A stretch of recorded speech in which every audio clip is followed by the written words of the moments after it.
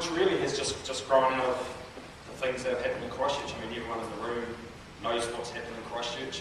If not, there might be a few of you that were actually there. Unfortunately, I was there for both earthquakes and pretty much every other shock afterwards. So let's get going. So today, I'm just going to run through a bit about who I am. I'm a stranger to the vast majority of you. How Greening the Rubble began, who we are now, which is pretty much tied to what we've always been, but one of those questions about where we're heading, which is addressed later on. A bit about what we do, a bit about what we've done, and how we've done it, I think, which is actually probably one of the most interesting things about putting the presentation together, because you sort of get lost in sort of just doing stuff, and then to sit back and have a look at what you've actually done and put it down in slides. It's you can't help but sort of smile at the good things, giggle about some of the bad things. Where we're going is probably one of the big, so how we've done it, the nuts and bolts of actually how we get things on the ground. Where we're going, which is probably, I should have put a question mark next to that, because it's one of the massive questions that we're dealing with as a board and as an initiative, even more so now. And of course some of the challenges, which are always the interesting things to hear about. So just to begin with, that's me. I am a bit of a gypsy when it comes to sort of people saying, well, where are you from? I was born in Taupo and grew up, sort of did my growing up there until I started high school. Shot over to Hawke's Bay, did my high schooling there, went down to Christchurch for university, finished university, went to Wellington for 8 years as a grad and then practice, and then went back down to Christchurch.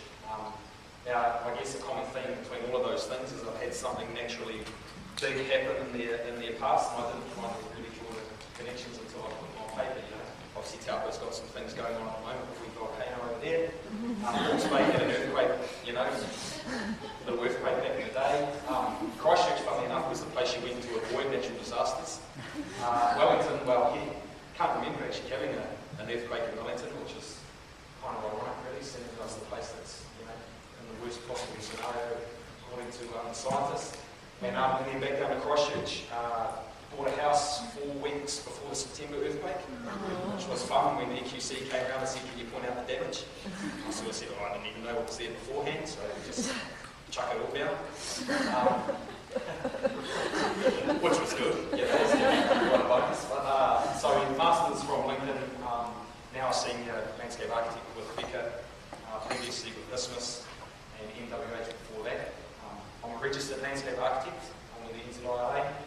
I'm a member of our branch down in Cam West, which is how I ended up sort of getting them into Greening the Rubble, I guess. I'm a trustee of Greening the Rubble, so we've got 6 trustees, which form the board.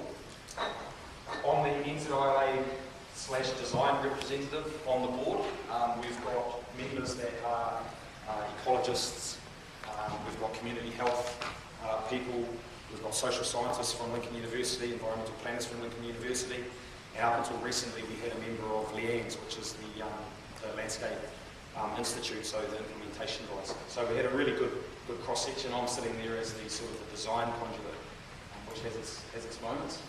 And apparently because I can draw pictures, I also picked up marketing and communications. We were marketing because I could draw pictures, and communications because I never shut up. Portfolio, so they're quite interesting, sort of a work in progress. Come clear in a little second. I was involved firstly in the design and build phase of Victoria Green, which was the first Greening the Rubble initiative, first site that we ever did. And I've had a design review role for the latest project being New Brighton, but a couple in between them. So, and then I sort of asked myself this question, why Greening the Rubble? And this is sort of, I guess, a wee moment of truth. One of the main reasons, or a couple of reasons why I got involved in Greening the Rubble, the first one is because I just got sick of reviewing stuff. The recovery plan came out and I was on the review panel for the NZIA local branch, and you kind of read it, you send it in and it sort of disappears somewhere, and someone tells you something that you wrote got cut and paste somewhere, but and then you review, the blueprint comes out and you sort of go, okay, here's another review, and everyone's scrapping for their piece of the pie, and some people are feeling marginalised, And you sort of just get tired of being involved in that sort of never-ending cycle and you just want to do stuff, you know, to put it really simply. So I thought, well, you know, who's doing stuff? And greening was at that stage just starting to, so I thought I'd jump on that bandwagon.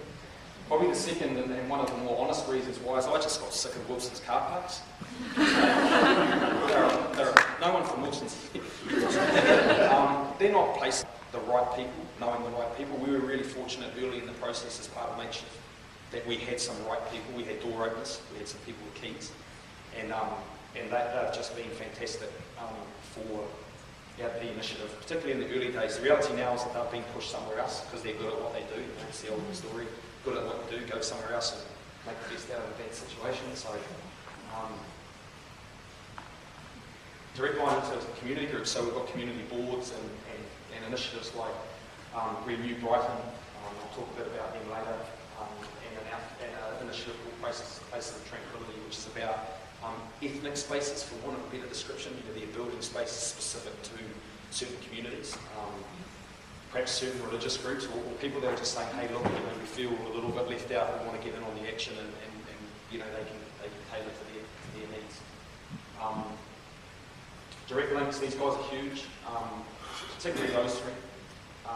Placemakers have just been, you know, unbelievable in terms of we just walk in and basically get the materials we need. And it's just it makes a massive difference to the cost side of things, and the goodwill's just out of control when it comes to particularly those three. Urban City here pick up all of our heavy moving, our Gabians, our planters. You know, if we need soil, they're pretty much there every time. And Urban Paving have done some fantastic fundraising initiatives on our behalf and supplied some pretty good product.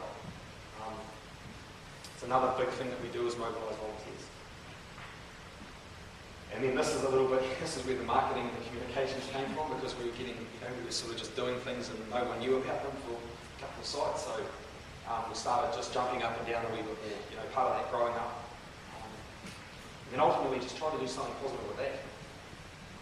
So the red stuff, I'm sure you've probably seen maps like this, but you know, this is fairly air up the top. So that's the 4 avenues through here. So this is our canvas. Red's gone.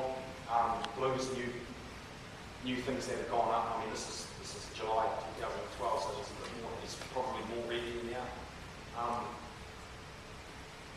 So what we've done, you know, what things that we've done. So we've got 9 CBD sites today, which was a point that Cobus mentioned before about the right people, knowing the right people. We were really fortunate early in the process as part of Makeshift that we had some right people. We had door openers, we had some people with keys, and they've just been fantastic.